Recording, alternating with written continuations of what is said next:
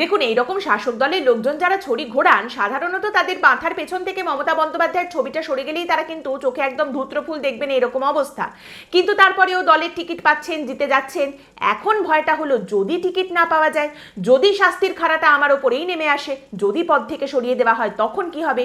এই মরশুমে এই বাজারে পশ্চিমবঙ্গে দাঁড়িয়ে বিরোধী রাজনীতি করা মানে বিজেপিতে যোগ দিয়ে রাজনীতি করা, সেটা হয়তো কয়েকজন করতে পারবেন, বাকিদের ক্ষেত্রে তো অবস্থা একেবারে ওই না ঘাটকা না ঘাটকা হয়ে যাবে। যখন এই রকম একটা পরিস্থিতি তৈরি হয়, তখন নেতাদের মধ্যে কে কত বেশি গরিব, দেখো দেখো আমি গরিব, দেখো আমি গরিব, এইটা দেখানোর প্রবণতাটা খুব বেড়ে যায়। দেখুন, মুখ্যমন্ত্রী যখন ওই বিত্তবান নয় বিবেকবান চাই, গাড়ি ছেড়ে আপনারা সাইকেলে ঘুরে বেড়ান, হেঁটে ঘুরে বেড়ান, এইসব বক্তব্য রেখেছিলেন, তখন সাধারণ মানুষজন কটাক্ষ করলেও সাধারণ মানুষজন ওই পার্থ চট্টোপাধ্যায় বা জ্যোতিপ্রিয় মল্লিকের কত টাকা ছিল, কতগুলো বাড়ি, কতগুলো গাড়ি ছিল, সেই সমস্ত কথা মনে করিয়ে দিলেও তার দলের লোকজন কিন্তু ব্যাপারটা ভীষণ সিরিয়াসলি নিয়েছে।